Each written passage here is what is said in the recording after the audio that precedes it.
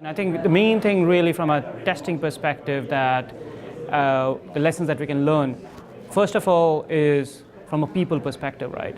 I think the main challenge really is to have the right resources in the team, right people in the team who understand, who can work with these regulators, work with internal business, and can actually help to test these changes as far as possible before it kind of even goes to a point where it can be submitted back to the regulators. So comprehending, because these regulation requirements are not very black and white, and it's shades of gray where it has to be interpreted in a certain way, interpreted to your own organizational landscape. So that's first. The second is your test automation strategy. Now, some of the historical strategies around develop first, test later doesn't really work well in a regulatory space. So, because you don't really have the time and there is fixed deadlines and there are multiple releases for these, and you don't really want to go back and extend your timeline, have weeks and months of regression being happened. So one of the things that we have looked at in our organization is to transition from more UI-based automation to behavior-driven development, and partner with our development teams, build frameworks, testing frameworks, be it on Lattice Python or be it on JBehave for Java, SpecFlow for Microsoft, and actually upskilled our testing resources who have been excellent manual resources, functional resources, who've been doing technical testing, but not necessarily doing a lot of UI automation. And there used to be a separate teams. Now we have started to sort of mix that apart a bit, and actually upskilled our automation resources to know more about the business side and start learning more about our BDD structures and vice versa for our functional testers. The developers are playing a big part as well in that. So that's the second point. And then the third point is working with our business stakeholders to making sure our acceptance criteria on what actually needs to be tested is very strong and well defined, so that we reduce multiple iterations of testing.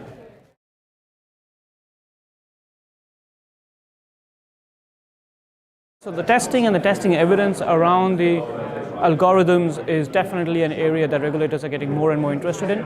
I think historically I've found that in a lot of testing still used to happen, but a lot informally, not very structured way, and essentially not necessarily covering all the scenarios. So even if you have a few defect leakage, it was all within the internal structure. And as long as you're not really losing out on millions because of that, no one really paid much attention to it. But the dynamics is changing. It's not so much about the financial loss for a particular position, but essentially at a bigger scheme, at a higher view from a regulator's perspective. It's like, what if we have these scenarios? How is your algorithms going to work? And also they want to make the algorithm side more in line with probably more traditional software development, where you have structured requirements, you have architecture diagrams, you have more analysis around what actually goes into those algorithms, how are those algorithms getting developed. I think making it from a black box to a white box, I guess that's the essence of it.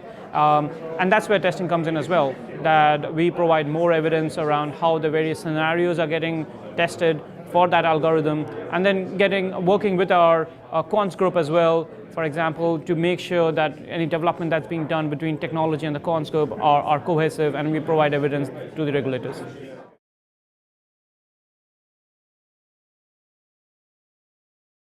The shift left essentially for me is more cultural. I think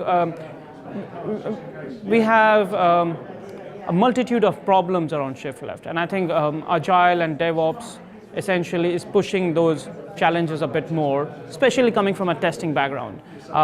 There is a general mindset around what is the role of testing in a shift left organization, right? Can we actually do testing without testers? And that is making testers feel very protective of the work they do as well. But that aside, I think from a delivery perspective, definitely it helps, right? Because you get feedback earlier, you can run your smoke test, your regression test at the point of your build, your continuous integration, continuous development, and continuous testing actually is happening. It is not an analysis and a development and a testing in a 2-week cycle. So you don't really do mini waterfalls. You're actually trying to do agile and DevOps. But there are essentially bigger issues around how do we staff and people the agile world of the organization without necessarily making all the testers redundant and getting new set of software development engineers in tests. And I think it's a fine balance that I guess leadership within testing and QA world are actually working on, and me included.